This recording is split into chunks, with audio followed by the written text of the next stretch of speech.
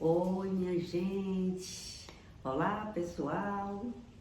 Hoje eu vim aqui com esse pequeno príncipe. Olha, ele tá vestidinho de pequeno príncipe.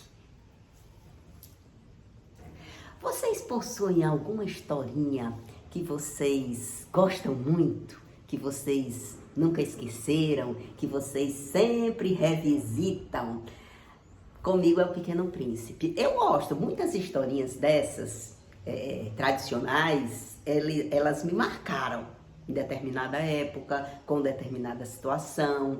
Mas o Pequeno Príncipe, eu já retornei diversas vezes a ele ao longo da minha vida e sempre ele me dá, assim, ensinamentos novos, reflexões novas. Eu não canso de refletir sobre essa historinha aparentemente tão simples. Tanto é que sempre tem um bebezinho meu vestidinho de Pequeno Príncipe. Eu acho que atualmente eu tenho uns 4 bebezinhos com a roupinha de Pequeno Príncipe. E isso significa o quê? Significa que quando eu olho para eles, eu retorno a essa historinha. Eu faço assim um filmezinho na minha cabeça sobre essa historinha daquele aviador que caiu no deserto. Era um adulto, mas um adulto com sede, com vontade de encontrar e resgatar a sua criança perdida. E ele encontra o Pequeno Príncipe. A sua interioridade, né? Claro que tem várias representações, significados, é um livro cheio de simbolismo, mas a gente vai procurando qual é o simbolismo que a gente se adapta melhor. Então, ele acha essa criança que faz, assim, uma reflexão com ele através do que ele fala, não é? Que tem significados variados, são metáforas, visitar vários planetas, como ele disse que visitou, e cada planeta daquele não é propriamente físico, pode não ser propriamente físico, pode ser a representação dos tipos humanos, né? Tem o vaidoso, tem o egoísta. Então, a gente vai lendo e cada vez a gente vai descobrindo algum aspecto novo ou algum outro viés de interpretação. Por isso, eu considero, para mim, um livro perene, um livro que não se acaba. Porque, ao mesmo tempo que ele é meigo, ele nos traz reflexões profundas sobre a natureza humana. Eu estou aqui com uma das versões que eu tenho do Pequeno Príncipe, ó. Aí eu vou ler aqui, para esse meu Pequeno Príncipe e para vocês. Olha a primeira página. Esse é um livrinho de poucas páginas e pouco texto. Era uma vez um pequeno príncipe que morava em um planeta um pouco maior do que ele próprio. Ele queria muito ter um amigo e em uma jornada inesquecível aprendeu diversos ensinamentos. Ele descobriu também que havia milhares de flores iguais à rosa que ele cuidou, mas foi o tempo que ele dedicou à sua rosa que a fez tão importante. Tá gostando? Aprendeu que se cativar alguém, essa pessoa se tornará para ele como única no mundo. E que você se torna eternamente responsável por aquilo que cativa. Às vezes esses pensamentos, eles são tão batidos, são tão divulgados que eles perdem até a profundidade, porque ficam comuns demais, não é? Mas são verdades eternas. Aprendeu que é preciso aguentar 2 ou 3 lagartas se quiser conhecer as borboletas. E o maior segredo de todos é esse. Só se vê bem com o coração. O essencial é invisível aos olhos. Sem muita reflexão a respeito do conteúdo desse textozinho que eu li, desses trechos do livro, justamente para vocês pensarem um pouquinho qual foi o trechozinho que mais tocou a você. Porque aqui ele falou de amor, aqui ele falou de amizade, aqui ele falou de cuidado, aqui ele falou de vontade de ter alguém ou alguma coisa, uma motivação, não é? Para que a vida faça sentido, né, minha gente? Sem alguma coisa que lhe desperte curiosidade, interesse, vontade, a vida fica um tanto quanto entediada, metódica, enterra praticamente. Então já vem esse meninozinho, esse pequeno príncipe, com essa simbologia dele. O que será o pequeno príncipe? Pode ter vários significados.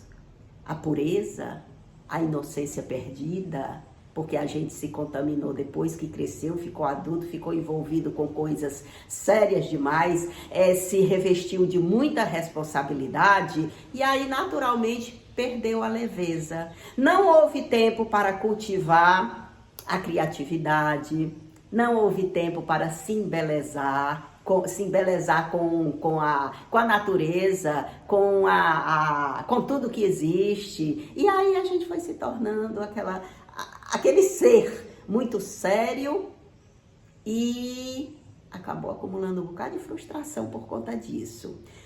A rosa, outra simbologia do livro, aquela rosa que ele não, enquanto estava com ele nem valorizou tanto. Mas quando ele perdeu, quando ele se confrontou com muitas outras rosas, pensou no primeiro momento, é igual a minha rosa, mas aí depois viu que não, que a dele era diferente, a rosa dele era única, porque foi a ela que ele se dedicou. Então, o que é isso? É o amor a uma pessoa, o amor a um ideal, um amor a uma coisa, um amor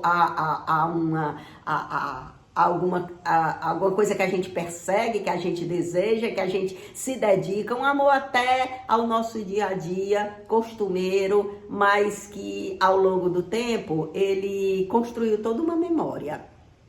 A rosa também é a fragilidade, não é? Tão purinha, tão pouquinha, ou seja, às vezes a gente exige muito das circunstâncias, ou exige muito dos outros, ou exige muito de si, mas nós somos seres tão delicados, tão frágeis, que não pode a gente esperar tanto, a gente esperar ser invencível, ser disposto a cada momento, porque nós também somos a delicadeza da rosa. O aviador, o que é? O aviador não, antes do aviador, a raposa, né? Que a raposa é um personagem mesmo presente e muito forte dentro do livro. A raposa é o comprometimento das relações, é a sabedoria, é aquilo que chega para nos alertar ou que desperta em nós o conhecimento daquela coisa que estava passando batido. É o que significa a raposa.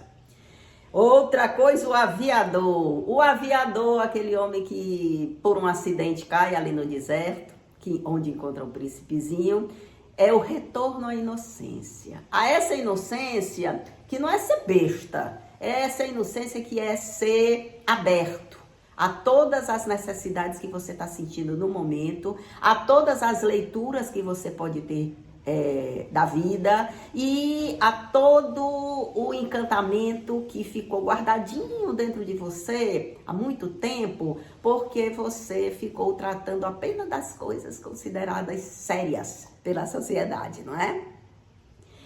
O boabá, aquelas árvores que cresceram descontroladas e estavam tomando conta do planeta, do príncipezinho, arrasando tudo.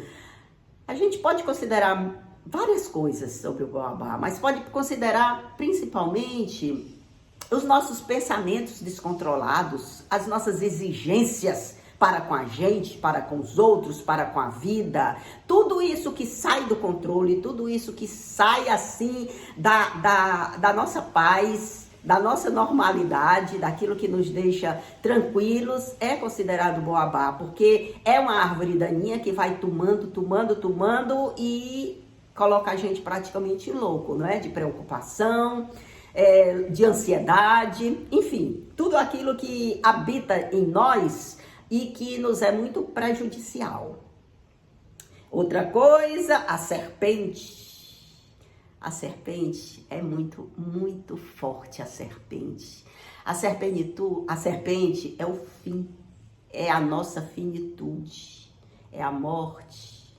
É o momento de prestar as contas, de encerrar a nossa passagem. E isso, como nós não somos na nossa sociedade acostumados a lidar com essa ideia, com essa verdade de que nós somos finitos, a gente tem até medo de pensar, não é? Mas é isso que ela está aqui significando. O fim de tudo, o nosso fim, e como o príncipezinho aceitou. Não é? Quando conversa com a serpente, ele aceitou que é irremediável, a gente parte. Alguns cedo, alguns tarde, mas a gente parte. Então, é isso o significado da serpente. E, minha gente, por aí vai. Vários significados, várias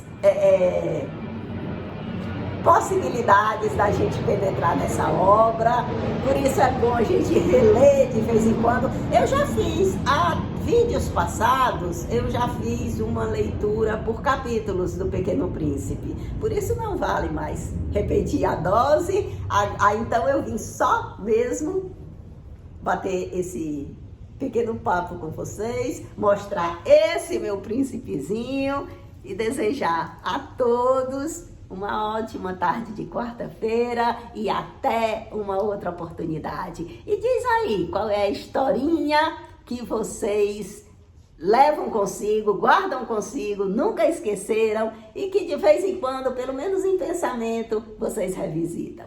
Tchau, minha gente. Até outra oportunidade.